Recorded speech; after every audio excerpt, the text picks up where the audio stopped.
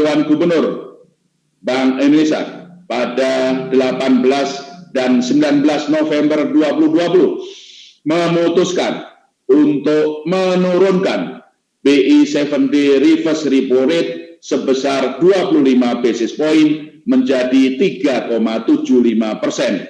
Suku bunga deposit facility juga turun sebesar 25 basis point menjadi 3%. Demikian juga suku bunga lending facility turun sebesar 25 basis point menjadi 4,5%. Keputusan ini mempertimbangkan perkiraan inflasi yang tetap rendah, stabilitas eksternal yang terjaga, dan sebagai langkah lanjutan untuk mempercepat pemulihan ekonomi nasional. Bank Indonesia tetap berkomitmen untuk mendukung penyediaan likuiditas, termasuk dukungan Bank Indonesia kepada pemerintah dalam mempercepat realisasi APBN tahun 2020.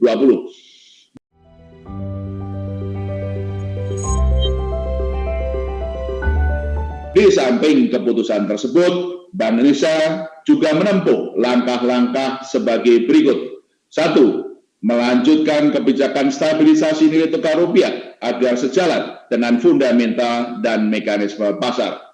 2. Memperkuat strategi operasi moneter untuk mendukung stand kebijakan moneter akomodatif. 3. Mempercepat pengembangan pasar kelas domestik melalui penguatan pasar domestik non-deliverable forward atau DNDF untuk meningkatkan likuiditas dan mendorong pendalaman pasar keuangan sebagai implementasi blueprint pengembangan pasar uang BBPU 2025. Keempat, melanjutkan kebijakan makroprudensial akomodatif dengan mempertahankan rasio countercyclical buffer CCB sebesar 0%, rasio intermediasi makroprudensial atau RIM pada kisaran 84 sampai 94% dengan parameter disinsentif sebesar 0%. Rasio penyangga likuiditas makroprudensial atau PLM sebesar 6% dengan fleksibilitas repo sebesar 6%. Dan rasio loan to value ratio atau financing to value ratio LTV FTV untuk kredit dan pembiayaan properti sesuai dengan ketentuan yang berlaku saat ini. Kelima, memperkuat kebijakan makroprudensial untuk mendorong pembiayaan inklusif khususnya kepada UMKM.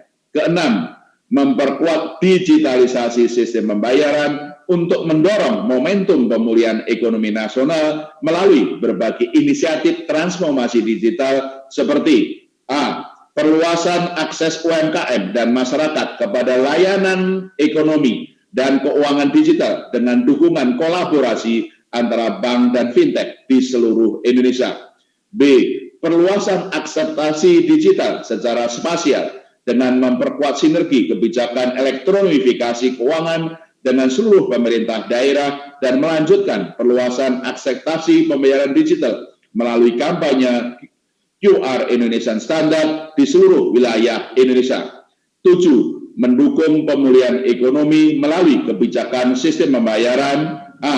Perpanjangan masa berlaku kebijakan penurunan biaya layanan SKNBI dan penurunan batas minimum pembayaran serta nilai denda keterlambatan pembayaran kartu kredit. B.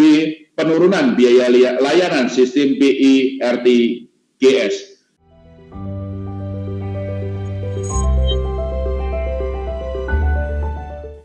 Di sisi global, perbaikan perekonomian global berlanjut dan tumbuh lebih baik. Pertumbuhan ekonomi dunia pada triwulan 3 2020 di banyak negara mulai membaik didorong oleh stimulus kebijakan dan peningkatan mobilitas. Ekonomi Tiongkok tumbuh positif, sedangkan perbaikan ekonomi Amerika Serikat, kawasan Eropa, dan Jepang lebih tinggi dari perakiraan awal. Sejumlah indikator dini pada Oktober 2020 mengindikasikan berlanjutnya perbaikan ekonomi global. Hal ini tercermin dari meningkatnya mobilitas masyarakat, berlanjutnya ekspansi PMI, Purchasing Manufacturing Index, sektor manufaktur, dan jasa di Amerika Serikat dan Tiongkok, serta membaiknya keyakinan konsumen dan bisnis di Amerika Serikat dan kawasan Eropa. Sementara itu, ketidakpastian pasar keuangan global menurun, didorong oleh ekspektasi positif terhadap prospek perekonomian global dan meredanya ketidakpastian pemilu di Amerika Serikat. Perkembangan ini kembali meningkatkan aliran modal ke negara berkembang dan mendorong penguatan mata uang berbagai negara, termasuk Indonesia.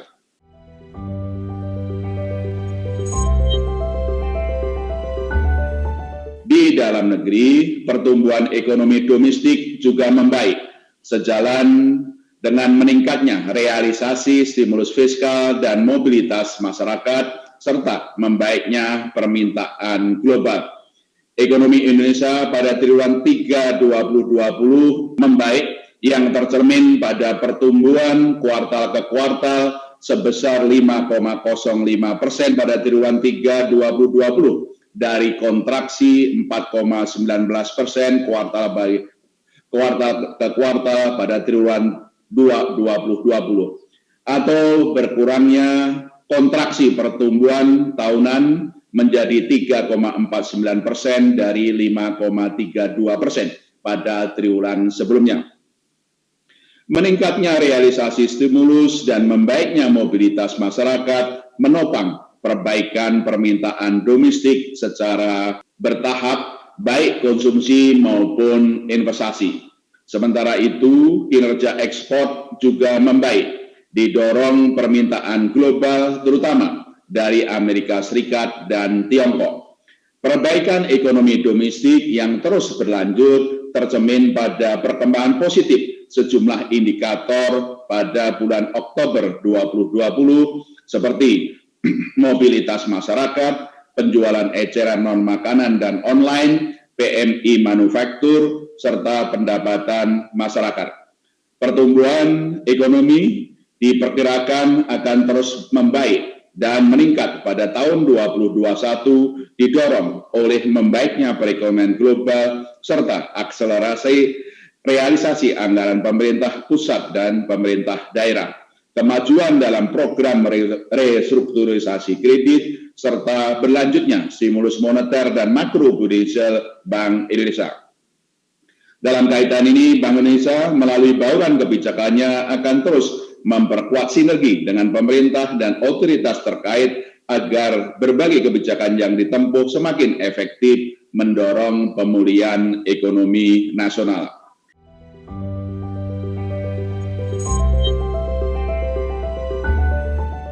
Di sisi eksternal, neraca pembayaran Indonesia tetap baik, sehingga mendukung ketahanan sektor eksternal ekonomi Indonesia. Neraca pembayaran Indonesia pada triwulan 3 2020 diperkirakan mencatat surplus, didorong oleh perbaikan transaksi berjalan dan transaksi modal dan finansial yang kembali surplus. Surplus neraca perdagangan meningkat yang bersumber dari perbaikan ekspor seiring dengan pemulihan ekonomi global dan penyesuaian impor akibat permintaan domestik yang belum kuat. Sementara itu, surplus transaksi modal dan finansial didorong oleh berlanjutnya aliran masuk modal asing sejalan dengan besarnya likuiditas global, tingginya daya tarik aset keuangan domestik, dan terjaganya keyakinan investor terhadap prospek perekonomian domestik. Perkembangan positif ini berlanjut pada Oktober 2020, didukung oleh neraca perdagangan yang kembali mencatat surplus sebesar 3,61 miliar dolar Amerika Serikat dan berlanjutnya aliran masuk modal asing. Pada periode Oktober hingga 16 November 2020, investasi portofolio asing mencatat aliran masuk atau net inflows sebesar 3,68 miliar dolar Amerika Serikat. Posisi cadangan devisa Indonesia pada akhir Oktober 2020 tetap tinggi, yaitu 133,7 miliar dolar Amerika Serikat. setara dengan pembiayaan 9,7 bulan impor atau 9,3 bulan impor dan pembayaran utang luar negeri pemerintah, serta berada di atas standar kecukupan internasional sekitar 3 bulan impor. Kedepan, defisit transaksi berjalan keseluruhan tahun 2020 diperkirakan tetap rendah, yaitu di bawah 1,5% dari PDB.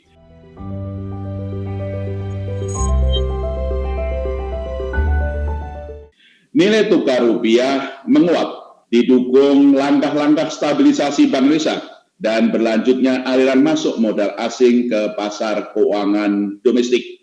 Nilai tukar rupiah pada tanggal 18 November 2020 menguat sebesar 3,94% point to point dibandingkan dengan level akhir Oktober 2020. Perkembangan ini melanjutkan penguatan pada bulan sebelumnya sebesar 1,74% point to point atau 0,67% secara rata dibandingkan dengan tingkat September 2020. Penguatan rupiah didorong oleh peningkatan aliran masuk modal asing ke pasar keuangan domestik seiring dengan turunnya ketidakpastian pasar keuangan global dan persepsi positif investor terhadap prospek perbaikan perekonomian domestik. Dengan perkembangan ini, rupiah sampai dengan 18 November 2020 mencatat depresiasi sekitar 1,33% year to date kalau dibandingkan dengan akhir tahun 2019. Kedepan, Bank Indonesia memandang bahwa penguatan nilai tukar rupiah berpotensi berlanjut seiring levelnya yang secara fundamental masih under value.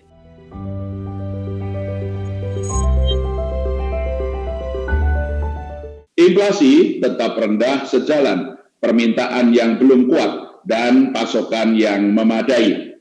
Indeks harga konsumen atau IHK pada Oktober 2020 tercatat 0,07% month-to-month, sehingga inflasi IHK sampai Oktober 2020 tercatat rendah yaitu 0,95% year to date.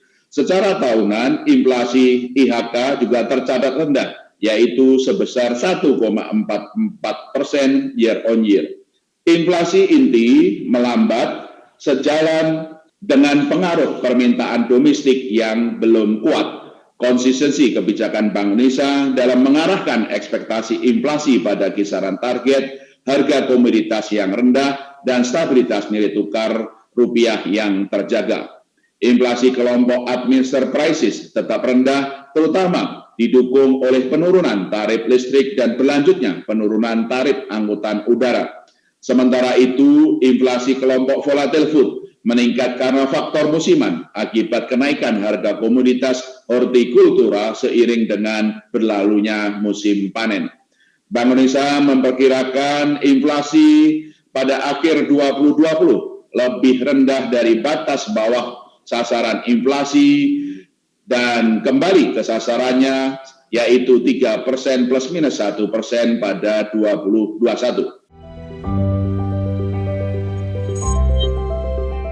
Sejalan dengan kebijakan moneter dan makrobudensial yang akomodatif yang ditempuh oleh Bank Indonesia, kondisi likuiditas tetap longgar sehingga mendorong suku bunga terus menurun dan mendukung pembiayaan perekonomian.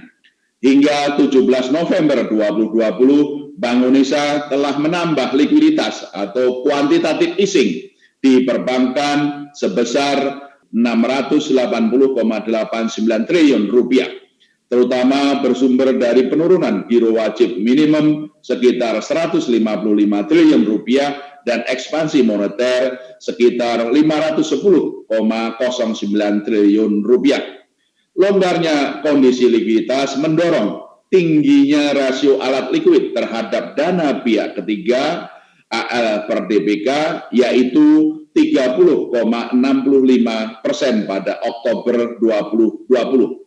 Dan rendahnya rata-rata suku bunga pasar uang antar bank overnight sekitar 3,29% pada Oktober 2020. Longgarnya likuiditas serta penurunan suku bunga kebijakan moneter BI 7-day reverse repo rate berkontribusi pada menurunnya suku bunga deposito dan kredit modal kerja pada Oktober 2020 masing-masing dari 5,18% dan 9,4% pada September 2020 menjadi 4,93% dan 9,38%.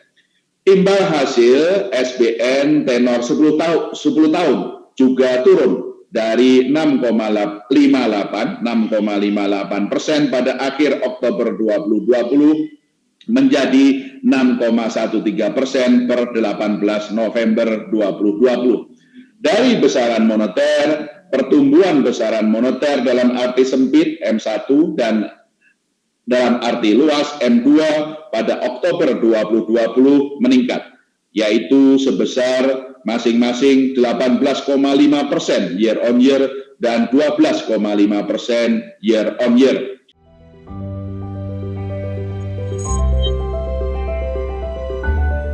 Sinergi ekspansi moneter Bank Indonesia dengan akselerasi stimulus fiskal pemerintah dalam mendorong pemulihan ekonomi nasional terus diperkuat. Dalam hal ini, Bank Indonesia melanjutkan komitmen untuk pendanaan APBN tahun 2020 melalui pembelian SBN dari pasar perdana dalam rangka pelaksanaan Undang-Undang Nomor 2 Tahun 2020, baik berdasarkan mekanisme pasar maupun secara langsung sebagai bagian upaya mendukung percepatan implementasi program pemulihan ekonomi nasional dengan tetap menjaga stabilitas makroekonomi.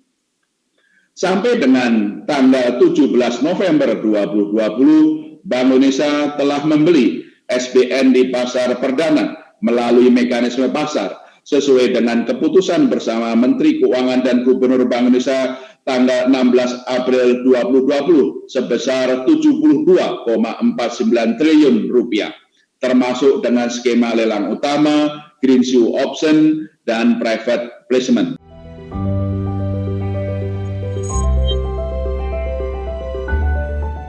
Ketahanan sistem keuangan tetap terjaga meskipun masih lemahnya fungsi intermediasi perbankan terus dicermati.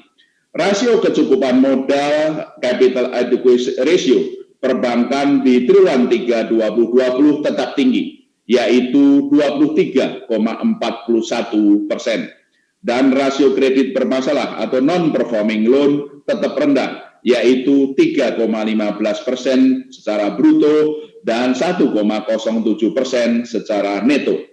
Namun demikian, seperti tadi saya sampaikan, fungsi intermediasi dari sektor keuangan masih lemah sejalan dengan permintaan domestik yang belum kuat dan kehati-hatian perbankan dalam penyaluran kredit akibat berlanjutnya pandemi COVID-19.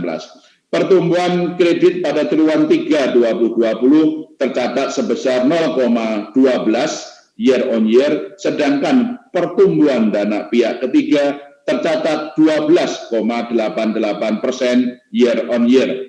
Perkembangan terkini menunjukkan pertumbuhan kredit terkontraksi 0,47% year on year pada Oktober 2020, sedangkan DBK tumbuh 12,12% year on year.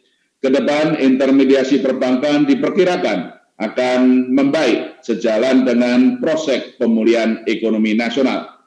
Kinerja korporasi juga membaik, tercermin pada peningkatan indikator penjualan dan kemampuan bayar di mayoritas dunia usaha pada triwulan 3 2020. Dan perbaikan kinerja korporasi diperkirakan akan terus berlanjut didorong oleh perbaikan ekonomi domestik dan global.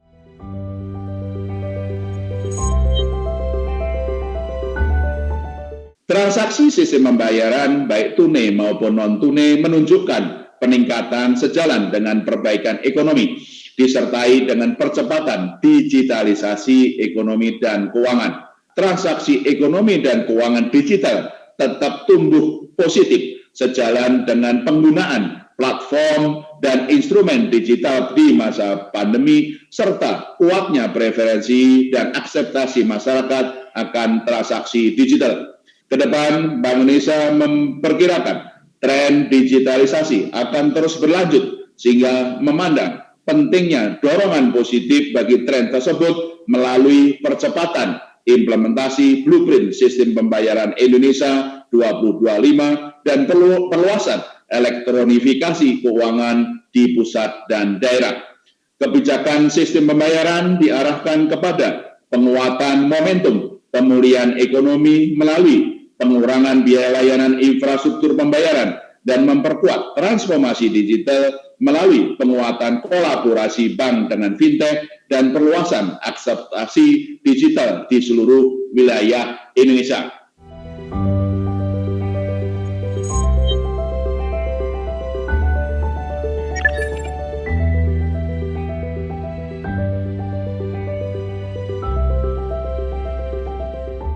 Bank Indonesia memandang bahwa perekonomian global dan kondisi pasar keuangan global itu semakin membaik. Tentu saja ini juga merespon berbagai perkembangan-perkembangan positif. Antara lain tadi yang disampaikan, hasil pemilu di Amerika Serikat, maupun juga kemajuan di dalam penemuan vaksin, maupun juga berbagai kerjasama perdagangan dan investasi secara regional termasuk RCEP. Di Indonesia itu tercatat bahwa pada periode Oktober hingga 16 November 2020, investasi portfolio mencatat net inflow sebesar 3,68 miliar dolar Amerika Serikat. Dan kami juga memandang bahwa kondisi-kondisi ini juga akan positif mendorong inflow ke emerging market termasuk Indonesia. Pertanyaan yang kedua adalah berkaitan apakah ada bank yang mengajukan PLJP ataupun PLJPS. Kami jawab bahwa sampai dengan saat ini tidak ada bank yang mengajukan PLJP maupun PLJPS ke Bank Indonesia.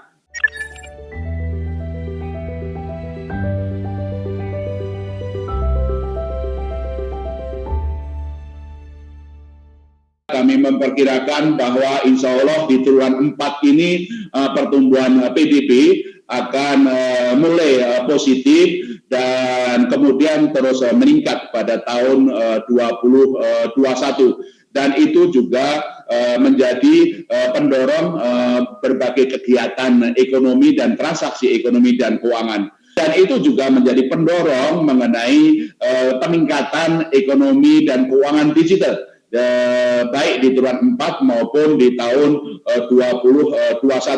Peningkatan itu terjadi, dapat kami sampaikan tadi, antara lain dari transaksi pembayaran digital yang tadi kami sampaikan, bahwa nilai transaksi uang elektronik pada Oktober 2020 tadi tumbuh positif, yaitu 14,8%. Demikian juga digital banking itu juga tumbuh positif 10,50% pada bulan September 2020. Dan kami juga melihat akan ada kenaikan juga di triwulan 4 ini seiring dengan membaiknya aktivitas ekonomi.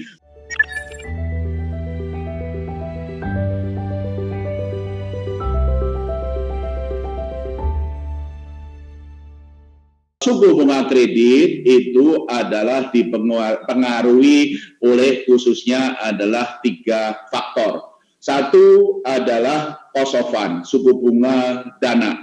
Yang kedua tentu saja adalah biaya administrasi, dan yang ketiga adalah mengenai premi risiko kredit. Nah, dari sisi sini faktor yang pertama mengenai cost of fund itu kan menurun.